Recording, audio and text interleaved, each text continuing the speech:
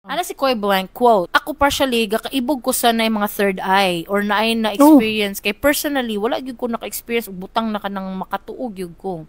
Natoy one time katong photographer pa ko, nag-photoshoot me og mga model sa Pikas Balay namo.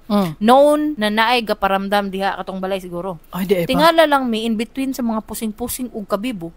Nausab lang iyang mood kalit ug nag-request na undang na ta please. Sikin sa ang iyahang model. Siguro. Yeah. Natingala lang mi nga no, out of nowhere na usab ang mood. Pagpakalman na namo og taod, gistoryahan mi niya na while ga shoot domi, murag na ay gahunghong saya og kanang murag ni approve or ni admire sa iyang post. Hala na oy. Murag gahunghong og kana. Since na pa mi sa balay ato after na storyahan na mi, niduol ako sa kwarto, close na ang door ug nituktok ko murag to validate na naka-istorbo ba mi o gusto ba siya muhawa na mi. Naay ni balos og tuktok na kusog. Og ni undang na dayon mi as a photographer nag-review gyud okay sa photos labi na katong moment na murag uneasy na siya si model. Pero wag gyud taon nakita or unsa bas hindi gyud ko pang ing-ana. Haha, maura to. Thank you for listening. Ay, salamat sa pag-share, Koy Blank. Cool ba lagi nang naay mo hunghong sa imuha nga ikaw ray makadungog.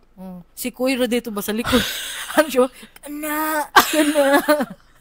Lain. Masig ka nang ka-over ni mo, Koy.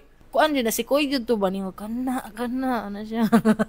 Basig ikaw to, Koy. Goni. Basig kuan kanang basig wala na naibot yung AirPods. Nananawag niya. Oh, ninawag niya nagkana naganana.